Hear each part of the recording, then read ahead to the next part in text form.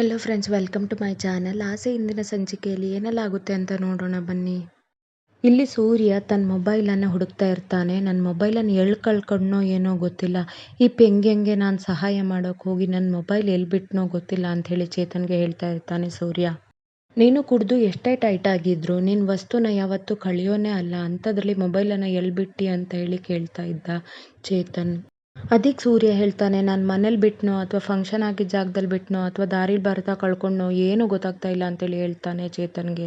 ಸೂರ್ಯ ಹೇಳ್ತಾನೆ, ಮಂಜನ್ ವಿಡಿಯೋ ಬೇರೆ ಅದೇ ಮೊಬೈಲಲ್ಲಿದೆ. ಅವನಿಗೆ ತಾನೇ ಅವನ ಜೀವನನ ಚೆನ್ನಾಗಿ ನಡ್ಸ್ಕೊಂಡು ಹೋಗ್ತಾ ಇದ್ದಾನೆ. ಯಾರಾದರೂ ಬೇಡದಿರೋರ ಕೈಯಲ್ಲಿ ಆ ಮೊಬೈಲ್ ಸಿಕ್ಕಿ ಆ ವಿಡಿಯೋ ನೋಡಿ ಏನಾದರೂ ಅವಾಂತರ ಆದರೆ ಏನೋ ಮಾಡೋದು ಅಂತ ಹೇಳಿ ಸೂರ್ಯ ಚೇತನ್ಗೆ ಹೇಳ್ತಾನೆ. ಹೌದು, ಈ ವಿಷಯ ಏನಾದರೂ ನಿಮ್ಮ ಅಮ್ಮಂಗೆ ಗೊತ್ತಾದರೆ ಮುಗೀತು ಕತೆ, ಅವನ ಜೀವನದ ಕತೆ ಅಷ್ಟೇ ಅಂತೇಳಿ ಹೇಳ್ತಾನೆ ಚೇತನ್. ಹೌದು, ಅವನೀಗ ತಾನೇ ಕಾಲೇಜ್ಗೆ ಹೋಗೋಕೆ ಶುರು ಮಾಡಿದ್ದಾನೆ. ಅವನ ಜೀವನನ ಸರಿಯಾದ ದಾರಿಯಲ್ಲಿ ರೂಪಿಸ್ಕೊಳ್ತಾ ಇದ್ದಾನೆ. ಈಗೇನಾದರೂ ಅವಾಂತರ ಆಗೋದ್ರೆ ಪಾಪ ತುಂಬ ಕಷ್ಟ ಆಗುತ್ತೆ ಅಂತೇಳಿ ಹೇಳ್ತಾನೆ ಸೂರ್ಯ. ಅದು ಅಲ್ಲದೆ ಆ ಸಕ್ಕರೆ ಮಾತ್ರ ಗೊತ್ತಾದರೆ ಸುಮ್ಮನೆ ಇರೋದಿಲ್ಲ ಅಂಥೇಳಿ ಹೇಳ್ತಾನೆ ಸೂರ್ಯ. ವಿಡಿಯೋನ ಅವತ್ತೇ ನಾವು ಡಿಲೀಟ್ ಮಾಡಬೇಕಿತ್ತು ಅಂಥೇಳಿ ಚೇತನ್ ಹೇಳ್ತಾನೆ. ಸೂರ್ಯ ಹೇಳ್ತಾನೆ, ತಪ್ಪೆಲ್ಲ ನಂದೇ, ನಾನು ಆ ಮೊಬೈಲನ್ನು ಕಳ್ಕೊಬಾರ್ದಿತ್ತು ಅಂಥೇಳಿ ಹೇಳ್ತಾನೆ. ಸೂರ್ಯ ಮತ್ತು ಚೇತನ್ ಪೊಲೀಸ್ ಸ್ಟೇಷನ್ಗೆ ಹೋಗಿ ಕಂಪ್ಲೇಂಟ್ ಕೊಡ್ತಾರೆ, ನಾನು ಮೊಬೈಲನ್ನು ಕಳ್ಕೊಂಡಿದ್ದೀನಿ ಅಂಥೇಳಿ. ಆಗ ಕಾನ್ಸ್ಟೇಬಲ್ ಹೇಳ್ತಾರೆ, ಏನು 1,00,000ದ ಮೊಬೈಲನ್ನು ಕಳ್ಕೊಂಡು ಈಗ ಬರ್ತಾ ಇದೆಯಾ ಅಂಥೇಳಿ. ಅದಕ್ಕೆ ಸೂರ್ಯ ಹೇಳ್ತಾನೆ, ನಂದು ಅಷ್ಟೆಲ್ಲ ಕಾಸ್ಟ್ಲಿ ಮೊಬೈಲ್ ಅಲ್ಲ ಸರ್ ಅಂಥೇಳಿ ಹೇಳ್ತಾನೆ. ಅದಕ್ಕೆ ಪೊಲೀಸ್ ಕೇಳ್ತಾರೆ, ನಿನ್ನ ಮೊಬೈಲ್ ವರ್ತ್ ಎಷ್ಟು ಅಂಥೇಳಿ. 10,000 ಇದ್ದಿರ್ಬೋದು ಅಂಥೇಳಿ ಹೇಳ್ತಾನೆ. ಅದಕ್ಕೆ 10,000 ರೂಪಾಯಿ ಮೊಬೈಲ್ಗೆ ಇಷ್ಟೆಲ್ಲ ಒದ್ದಾಡ್ತಾ ಇದೆಯಾ ಅಂಥೇಳಿ ಹೇಳ್ತಾರೆ ಕಾನ್ಸ್ಟೇಬಲ್.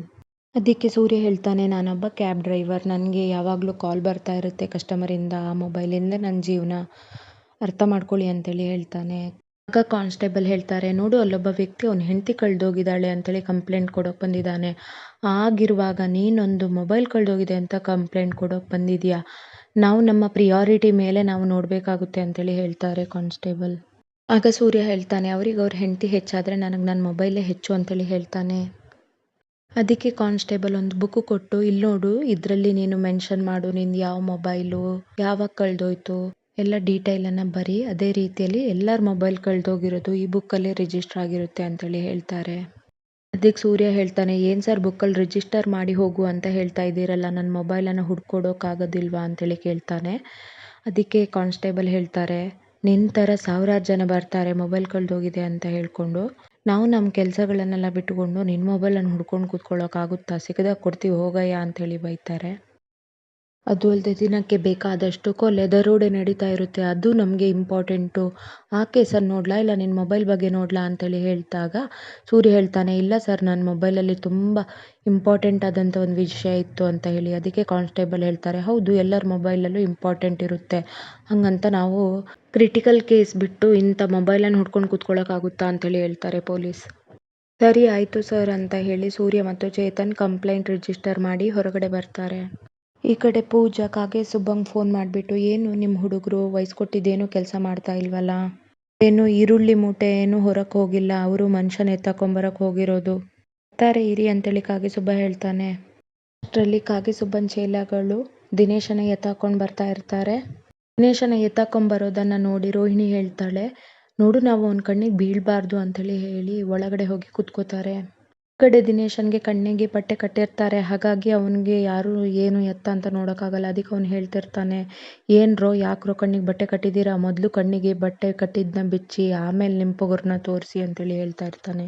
ದಿನೇಶನ್ಗೆ ನೀನು ಎಂಥ ದೊಡ್ಡ ಫ್ರಾಡು ಅಂತ ಗೊತ್ತಿದ್ದೇ ನೀನನ್ನು ಎತ್ತಾಕೊಂಬಂದಿರೋದು, ಇವನ್ನ ಬಿಟ್ಟರೆ ಹಿಂಗೆ ಬಡಬಡಾಯಿಸ್ತಾ ಇರ್ತಾನೆ, ಎತ್ತಾಕೊಂಡು ಹೋಗೋ ಅವನ್ನ ರೂಮ್ಗೆ ಹಾಕ್ರೋ ಅಂಥೇಳಿ ಕಾಗೆ ಸುಬ್ಬ ಹೇಳ್ತಾನೆ ಚೇಲಾಗೆ. ಚೇಲಾಗಳು ದಿನೇಶನ್ನ ಒಂದು ರೂಮ್ಗೆ ಹಾಕಿ ಲಾಕ್ ಮಾಡೋದನ್ನು ನೋಡಿ ರೋಹಿಣಿ ಮತ್ತು ಪೂಜಾ ಹೊರಗಡೆ ಬಂದು ಕಾಗೆ ಸುಬ್ಬಂಗೆ ಕೇಳ್ತಾರೆ, ನೀವೀಗ ಅವನ್ನ ಏನು ಮಾಡ್ತೀರಿ ಅಂಥೇಳಿ. ಪೂಜಾ ಹೇಳ್ತಾಳೆ, ಬರೀ ರೂಮಲ್ಲಿ ಹಾಕಿ ಬಾಗಿಲು ಹಾಕಿದ್ರೆ ಏನು ಪ್ರಯೋಜನ, ಒಂದು 4 ಏಟು ಹೊಡೆದು 4 ಹಲ್ಲು ಉದುರಿಸಿದ್ರೆ ತಾನೇ ಅವನಿಗೆ ಗೊತ್ತಾಗ್ತಾ ಇತ್ತು ಅಂಥೇಳಿ. ಕಾಗೆ ಸುಬ್ಬ ಹೇಳ್ತಾನೆ, ಅವನ್ನ ಕತ್ಲ ರೂಮಲ್ಲಿ 3 ದಿನ ಇಟ್ಟು 4 ಏಟು ಹೊಡೆದ್ರೆ ಅವನಿಗೆ ಬುದ್ಧಿ ಬರುತ್ತೆ, ಆಗಲೇ ಇರೋದು ಮಜಾ ಅಂಥೇಳಿ ಹೇಳ್ತಾನೆ.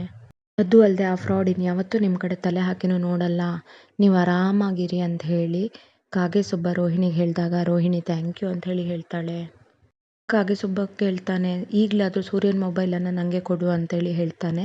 ಆಗ ರೋಹಿಣಿ ಹೇಳ್ತಾಳೆ, ಇಲ್ಲ ಇಲ್ಲ ನಾನು ಆ ವಿಡಿಯೋನ ನನ್ನ ಮೊಬೈಲಿಗೆ ಕಳಿಸ್ಕೊತಾ ಇದ್ದೀನಿ, ನಾನು ನಿನಗೆ ಅದನ್ನು ಫಾರ್ವರ್ಡ್ ಮಾಡ್ತೀನಿ ಅಂತೇಳಿ ಹೇಳ್ತಾಳೆ ಕಾಗೆಸುಬ್ಬಗೆ ರೋಹಿಣಿ.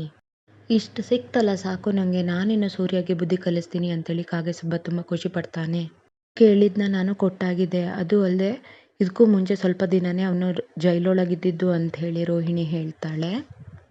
ಆ ಟೆನ್ಷನ್ ಏನು ಬೇಡ ನಿಮಗೆ, ಅವನ್ನ ಚೆಂದಾಗಿ ಬೆಂಡೆತ್ಬಿಟ್ಟು ಒಂದು ಕಡೆ ನಾನು ಪಾರ್ಸೆಲ್ ಮಾಡಿಬಿಡ್ತೀನಿ, ಇವನ ಬಗ್ಗೆ ಚಿಂತೆನೇ ಮಾಡ್ಕೋಬೇಡಿ, ನೀವು ನಿಶ್ಚಿಂತೆ ಆಗಿರಿ ಅಂಥೇಳಿ ರೋಹಿಣಿಗೆ ಹೇಳ್ತಾನೆ. ಸದ್ಯ ದಿನೇಶ್ ಕಾಟ ತಪ್ಪಿತು ಅಂಥೇಳಿ ರೋಹಿಣಿ ಮತ್ತು ಪೂಜಾ ಅಲ್ಲಿಂದ ಹೊರಟುಬಿಡ್ತಾರೆ. ರೋಹಿಣಿ ಹೇಳ್ತಾಳೆ, ನನಗೆ ತುಂಬ ದೊಡ್ಡ ಪ್ರೌಡ್ ಫೀಲಿಂಗ್ ಆಗ್ತಾ ಇದೆ ಅಂಥೇಳಿ. ಆಗ ಪೂಜಾ ಹೇಳ್ತಾಳೆ, ಅದು ಹೌದು, ಆದರೆ ಮೀನಾ ನೆನೆಸ್ಕೊಂಡ್ರೆ ಪಾಪ ಅಂತ ಅನಿಸ್ತಾ ಇದೆ, ಯಾಕಂದರೆ ಅವನ ತಮ್ಮ ಮಾಡಿದ ತಪ್ಪಿಂದ ಅವಳು ಬೈಸ್ಕೋಬೇಕಾಗುತ್ತಲ್ಲ ಅಂಥೇಳಿ ಹೇಳ್ತಾಳೆ ಪೂಜಾ. ಅದಕ್ಕೆ ರೋಹಿಣಿ ಹೇಳ್ತಾಳೆ, ನಾನೇನು ಮಾಡೋಕ್ಕಾಗುತ್ತೆ, ಅದಕ್ಕೆ ಯಾವಾಗೂ ನ್ಯಾಯ ನೀತಿ ಅಂಥೇಳಿ ಹೇಳ್ತಾ ಇರ್ತಾಳಲ್ಲ, ಏನು ಬೇಕಾದರೂ ಮಾಡ್ಕೊಳ್ಳಿ ನನಗೇನು ಅಂತೇಳಿ ಹೇಳ್ತಾಳೆ ರೋಹಿಣಿ. ಅದು ಅಲ್ಲದೆ ರೋಹಿಣಿ ಹೇಳ್ತಾಳೆ, ನಾನು ನನ್ನ ಲೈಫ್ ಬಗ್ಗೆ ಮಾತ್ರ ಕೇರ್ ಮಾಡೋದು, ಅವಳಿಗೆ ಏನು ಬೇಕಾದರೂ ಆಗಲಿ, ನಂಗೆ ಅದ್ರ ಬಗ್ಗೆ ಚಿಂತೆ ಇಲ್ಲ ಅಂತೇಳಿ ಹೇಳ್ತಾಳೆ. ಈ ಕಡೆ ಕಾಗೆಸುಬ್ಬ ಆ ವಿಡಿಯೋ ನೋಡ್ತಾ ತುಂಬ ಖುಷಿ ಪಡ್ತಾನೆ. ಈ ಮಂಜ ತಾನು ನನ್ನ ಲೈಫಲ್ಲಿ ಭಾರಿ ಸೆಟ್ಲ್ ಆಗ್ತೀನಿ, ಮುಂದೆ ಬರ್ತೀನಿ ಅಂತೇಳಿ ಅನ್ಕೋತಾ ಇದ್ನಲ್ಲ, ಈ ವಿಡಿಯೋ ಇನ್ನು ಸ್ವಲ್ಪ ಹೊತ್ತಲ್ಲಿ ಹೇಗೆ ವೈರಲ್ ಆಗುತ್ತೆ ಅಂತ ನೋಡ್ತಾ ಇರೋ ಅಂಥೇಳಿ ಅನ್ಕೋತಾ ನಗ್ತಾ ಇರ್ತಾನೆ. ಅದು ಅಲ್ಲದೆ ನಾನು ಆ ಮೀನಾ ಮೇಲೆ ಕೈ ಮಾಡಿದೆ ಅಂತ ಹೇಳಿ ತಾನೇ ಸೂರ್ಯ ನನಗೆ ಹೊಡೆದ, ಅವರಿಬ್ಬರಿಗೂ ಜೀವನದಲ್ಲಿ ನೆನ್ಪಿಟ್ಕೊಳ್ಳೋ ಥರ ಮಾಡ್ತೀನಿ ನಾನು ಅಂಥೇಳಿ ಅನ್ಕೋತಾನೆ ಕಾಗೆಸುಬ್ಬ. ಈ ವಿಡಿಯೋ ಏನಾದರೂ ವೈರಲ್ ಆಗೋದ್ರೆ ಮೀನಾ ಹೇಗೆ ಆ ಮನೇಲಿ ಬಾಳ್ತಾಳೆ ಅಂತ ನೋಡ್ತೀನಿ ಅನ್ಕೋತಾನೆ ಕಾಗೆಸುಬ್ಬ. ಕಾಗೆಸುಬ್ಬನ ಚೇಲೆ ಹೇಳ್ತಾನೆ, ಅಣ್ಣ ಈಗಲೇ ಈ ವಿಡಿಯೋನ ಶೇರ್ ಮಾಡಿ ವೈರಲ್ ಮಾಡಿಬಿಡೋಣ ಅಂತ ಅಂದಕ್ಕೆ ಕಾಗೆಸುಬ್ಬ ಹೇಳ್ತಾನೆ, ಇದೇನು ಕಾಮಿಡಿ ವಿಡಿಯೋನ ಎಲ್ಲರಿಗೂ ಶೇರ್ ಮಾಡೋಕ್ಕೆ, ಇದನ್ನೇನಾದ್ರು ಶೇರ್ ಮಾಡಿದ್ರೆ ನನ್ನ ನಂಬರಿಂದ ಶೇರ್ ಆಗಿದೆ ಅಂತೇಳಿ ಗೊತ್ತಾಗಲ್ವಾ ಅಂಥೇಳಿ ಬೈತಾನೆ ಚೇಲಾಗೆ. ಅದಕ್ಕೆ ಕಾಗೆಸುಬ್ಬ ಹೇಳ್ತಾನೆ, ಹರಿಯಾಣದಲ್ಲಿ ನಮ್ಮೊಬ್ಬ ಫ್ರೆಂಡ್ ಇದ್ದಾನಲ್ಲ, ಅವನಿಗೆ ಸೆಂಡ್ ಮಾಡೋಣ, ಅವನ ಹತ್ರ ಈ ವಿಡಿಯೋನ ಪೋಸ್ಟ್ ಮಾಡೋಕೆ ಹೇಳೋಣ ಅಂತ ಹೇಳಿ ಕಾಗೆಸುಬ್ಬ ಅವನಿಗೆ ಫೋನ್ ಮಾಡ್ತಾನೆ. ಈ ಕಡೆ ಸೂರ್ಯ ಮನೆಗೆ ಬಂದಾಗ ಮೀನಾ ಕೇಳ್ತಾಳೆ, ರೀ ಮೊಬೈಲ್ ಸಿಕ್ತಾ ಅಂತ ಹೇಳಿ. ಅದಕ್ಕೆ ಸೂರ್ಯ ಹೇಳ್ತಾನೆ, ನಾನು ಹೋಟೆಲ್ಗೂ ಹೋಗಿ ನಾನು ಸರ್ಚ್ ಮಾಡಿದೆ, ಆದರೆ ನನ್ನ ಮೊಬೈಲ್ ಸಿಕ್ಕಿಲ್ಲ ಅಂಥೇಳಿ ಹೇಳ್ತಾನೆ. ಅದೇ ರೀತಿಯಲ್ಲಿ ರಂಗನಾಥ್ ಅವ್ರು ಬಂದು ಕೇಳ್ತಾರೆ, ಮೀನಾ ಹೇಳ್ತಾ ಇದ್ಲು ಮೊಬೈಲ್ ಕಳೆದೋಗಿದೆ ಅಂಥೇಳಿ, ಮೊಬೈಲ್ ಸಿಕ್ತಾ ಅಂಥೇಳಿ ಪ್ರಶ್ನೆ ಮಾಡ್ತಾರೆ. ಹೋಟೆಲ್ ಮ್ಯಾನೇಜರ್ಗೆ ನನ್ನ ನಂಬರ್ ಕೊಟ್ಟು ಬಂದಿದ್ದೀನಿ, ಮೊಬೈಲ್ ಸಿಕ್ಕಿದ್ರೆ ಕಾಲ್ ಮಾಡ್ತೀನಿ ಅಂತೇಳಿ ಹೇಳ್ತಾರೆ ಅಂತ ಸೂರ್ಯ ಹೇಳಿದಾಗ ರಂಗನಾಥ್ ಅವ್ರು ಹೇಳ್ತಾರೆ, ಸರಿಯಾಗಿ ನೆನ್ಪು ಮಾಡ್ಕೊ, ಬೇರೆ ಎಲ್ಲಾದರೂ ಮೊಬೈಲ್ ಕಳ್ಕೊಂಡ್ಯಾ ಅಂಥೇಳಿ ಪ್ರಶ್ನೆ ಮಾಡ್ತಾರೆ. ಆಗ ಸೂರ್ಯ ಹೇಳ್ತಾನೆ, ನನ್ನ ದುಡಿಮೆ ನಡೆಯೋದೇ ಮೊಬೈಲಿಂದ ಅಲ್ವಾ, ಹಾಗಿರುವಾಗ ನನ್ನ ಮೊಬೈಲನ್ನು ಎಲ್ಲೂ ಮಿಸ್ ಮಾಡೋದೇ ಇಲ್ಲ, ಅದು ಹೆಂಗೆ ಮಿಸ್ ಆಯಿತು ಅಂತೇಳಿ ಗೊತ್ತಾಗ್ತಾ ಇಲ್ಲ ಅಂಥೇಳಿ ಹೇಳ್ತಾನೆ ಸೂರ್ಯ ರಂಗನಾಥ್ಗೆ. ಇವ್ರ ಮಧ್ಯೆ ಶಾಂತಿ ಬಂದುಬಿಟ್ಟು, ಇವನೇನೋ ಭಾರಿ ದೊಡ್ಡ ಫೋನಲ್ಲೇ ಕೆಲಸ ಅಂತ ಹೇಳ್ತಾನಲ್ವಾ, ಇವನ ಕೆಲಸ ಕಾರ್ ಓಡಿಸೋದಲ್ವಾ ಅಂಥೇಳಿ ಹೇಳ್ತಾಳೆ ಶಾಂತಿ. ಅದಕ್ಕೆ ಮೀನಾ ಹೇಳ್ತಾರೆ, ಕಸ್ಟಮರ್ ಎಲ್ಲ ಫೋನ್ ಮಾಡಿನೇ ತಾನೇ ಬುಕ್ ಮಾಡೋದು, ಹಾಗಾಗಿ ಮೊಬೈಲೇ ಮುಖ್ಯ ಅಲ್ವಾ ಅತ್ತೆ ಅಂತೇಳಿ ಹೇಳ್ತಾಳೆ. ನಿನ್ನೆ ಕುಡಿದು ಫುಲ್ ಟೈಟ್ ಆಗಿದ್ದ ಸೂರ್ಯ, ಹಾಗಾಗಿ ಎಲ್ಲೋ ಕಳ್ಕೊಂಬಂದಿರ್ತಾನೆ ಅಂತೇಳಿ ಹೇಳ್ತಾಳೆ ಶಾಂತಿ. ಮೀನಾ ಹೇಳ್ತಾಳೆ, ಅವ್ರ ಮೊಬೈಲ್ ಕಳೆದೋಗಿದೆ ಅಂತ ತುಂಬ ಬೇಜಾರಾಗಿದ್ದಾರೆ, ಅದು ಅಲ್ಲದೆ ನೀವು ಹಾಗೆ ಹೇಳಬೇಡಿ ಅತ್ತೆ ಅಂತ ಹೇಳಿದಾಗ ಶಾಂತಿ ಹೇಳ್ತಾಳೆ, ಅವ್ನು ತಪ್ಪು ಮಾಡಿದ್ರು ನೀನು ಅವನಿಗೆ ಸಪೋರ್ಟೇ ಮಾಡೋದಲ್ವಾ ಅಂಥೇಳಿ ಶಾಂತಿ ಗೊಣಗ್ತಾಳೆ. ಅದಕ್ಕೆ ರಂಗನಾಥ್ ಹೇಳ್ತಾರೆ, ಲೇ ಶಾಂತಿ, ಯಾಕೆ ಯಾವಾಗಲೂ ಒಟ್ವಟ ಅಂತ ಇರ್ತೀಯ, ನಿಂಗೇನಾದ್ರು ಬೇರೆ ಕೆಲಸ ಇದ್ದರೆ ನೋಡ್ಕೊ ಹೋಗಿ ಅಂಥೇಳಿ ಬೈದ್ಬಿಡ್ತಾರೆ. ಸರಿ, ನಾನು ಇಲ್ಲಿಂದ ಹೋಗ್ತೀನಿ, ನಿಮ್ಮ ಮಗನಿಗೆ ನೀವು ಬುದ್ಧಿ ಹೇಳಿ, ಇವನು ಕುಡಿಯೋದಲ್ಲದೆ ಇವನಿಬ್ಬರು ತಮ್ಮಂದ್ರನ್ನ ಬೇರೆ ಕುಡಿಸ್ತಾ ಇದ್ದಾನಲ್ಲ, ಹಾಗೆಲ್ಲ ಮಾಡೋದು ಬೇಡ ಅಂತೇಳಿ ಹೇಳಿ ಬುದ್ಧಿ ಹೇಳಿ ಅಂತೇಳಿ ಹೊರಟ್ಬಿಡ್ತಾಳೆ. ಆಗ ರಂಗನಾಥ್ ಅವರು ಹೇಳ್ತಾರೆ, ನಿನ್ನೆ ನೀನು ಕುಡಿದೇ ಇದ್ದರೆ ಮೊಬೈಲೇ ಕಳೆದೋಗ್ತಾ ಇರಲಿಲ್ಲ, ಸರಿ ಹೋಗಲಿ ಬಿಡು, ಇನ್ನೊಂದು ಮೊಬೈಲ್ ತೊಗೊಂಡ್ರಾಯ್ತು, ಬೇಜಾರು ಮಾಡ್ಕೋಬೇಡ ಅಂಥೇಳಿ ಸಮಾಧಾನ ಮಾಡ್ತಾರೆ.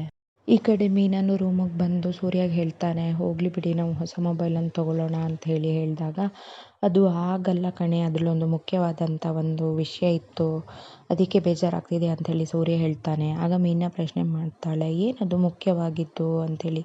ಅದಕ್ಕೆ ಸೂರ್ಯ ಹೇಳ್ತಾನೆ, ತುಂಬ ಕಸ್ಟಮರ್ ನಂಬರ್ ಇತ್ತು, ಅವ್ರು ನಮಗೆ ಕಾಲ್ ಮಾಡ್ತಾಯಿದ್ರು, ಈಗ ಅವ್ರ ನಂಬರೆಲ್ಲ ಮಿಸ್ ಆಯಿತು, ಹಾಗಾಗಿ ಬೇಜಾರಾಗ್ತಿದೆ ಅಂಥೇಳಿ ಹೇಳ್ತಾನೆ. ಆಗ ಮೀನಾ ಹೇಳ್ತಾಳೆ, ನಮ್ಮ ಸಿಮ್ ಕಳೆದೋಗಿದೆ ಅಂಥೇಳಿ ಕಂಪನಿಗೆ ಫೋನ್ ಮಾಡಿ ಕಂಪ್ಲೇಂಟ್ ಕೊಟ್ಟರೆ ಅವರು ಹೊಸ ಸಿಮ್ ಕೊಡ್ತಾರೆ ಅದೇ ನಂಬರ್ದು ಅಂಥೇಳಿ ಶ್ರುತಿ ಅವ್ರು ಹೇಳ್ತಾ ಇದ್ರು, ಅವ್ರ ಹತ್ರ ಕೇಳಿ ನೋಡೋಣ ಅಂಥೇಳಿ ಹೇಳ್ತಾಳೆ. ಸರಿ, ಏನಾಗುತ್ತೋ ನೋಡೋಣ ಬಿಡು ಅಂತ ಹೇಳಿ ಸೂರ್ಯ, ನನ್ನದು ಅಲ್ಲಿ ಬ್ಯಾಗ್ ಇದೆಯಲ್ಲ, ಅಲ್ಲಿ ಬಟ್ಟೆ ಪ್ಯಾಕ್ ಮಾಡಿಕೊಡು, ನನಗೆ ತಿರುಪತಿಗೆ ಟ್ರಿಪ್ಗೆ ಹೋಗೋಕ್ಕಿದೆ ಅಂತೇಳಿ ಹೇಳ್ತಾನೆ. ಆಗ ಮೀನಾ ಕೇಳ್ತಾಳೆ, ತಿರುಪತಿನ ಅಷ್ಟು ದೂರನಾ, ಯಾವಾಗ ರಿಟರ್ನ್ ಆಗೋದು ಅಂತೇಳಿ ಪ್ರಶ್ನೆ ಮಾಡ್ತಾಳೆ. ಒಂದಿನದಲ್ಲೇ ರಿಟರ್ನ್ ಆಗ್ತೀನಿ ಅಂತೇಳಿ ಸೂರ್ಯ ಹೇಳ್ತಾನೆ. ಆಗ ಅದು ಅಲ್ಲದೆ ಮೀನಾ ಹೇಳ್ತಾಳೆ, ನಿಮ್ಮ ಹತ್ರ ಮೊಬೈಲ್ ಬೇರೆ ಇಲ್ವಲ್ಲ, ನನ್ನ ಮೊಬೈಲ್ ತೊಗೊಂಡು ಹೋಗಿ ಅಂತೇಳಿ ಹೇಳ್ತಾಳೆ.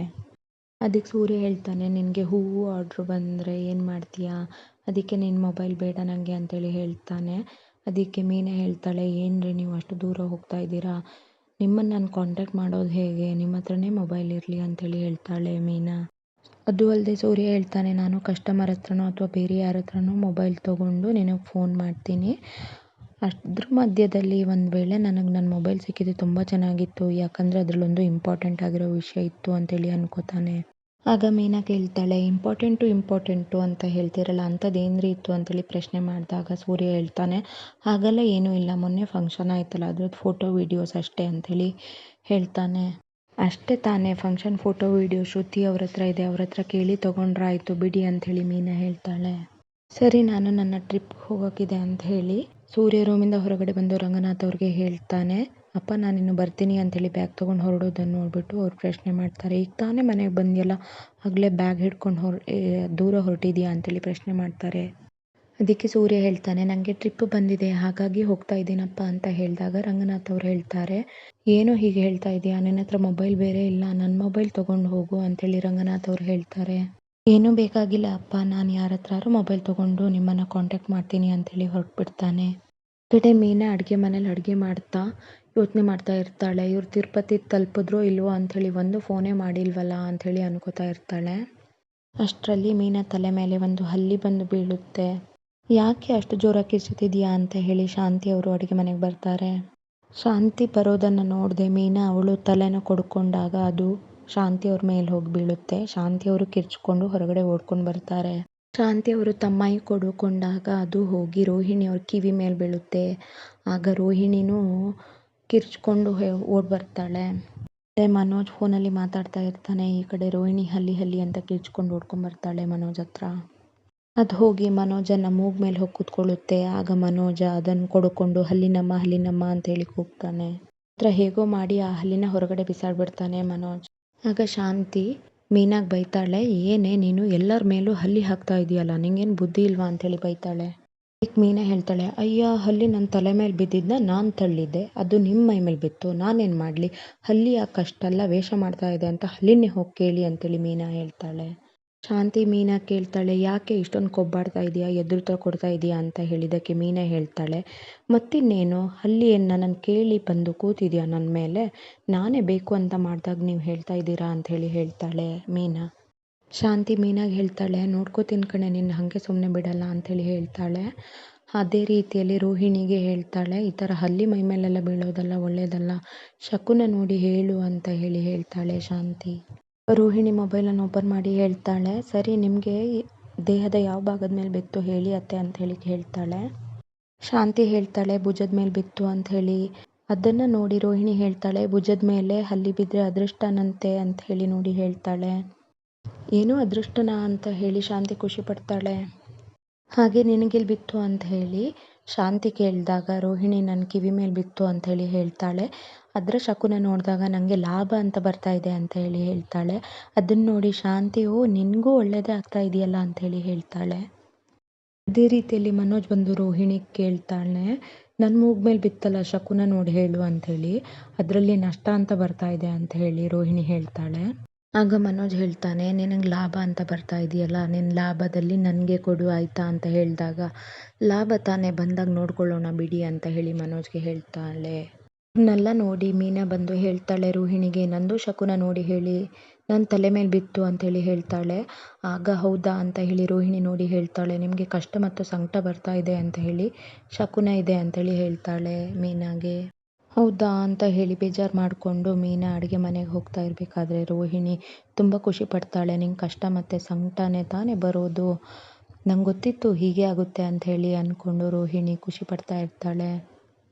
ಇಲ್ಲಿಗೆ ಇಂದಿನ ಸಂಚಿಕೆ ಮುಗೀತು. ನಾನು ನಿಮ್ಮನ್ನು ಮುಂದಿನ ಸಂಚಿಕೆಯಲ್ಲಿ ಭೇಟಿ ಆಗ್ತೀನಿ. ಧನ್ಯವಾದಗಳು.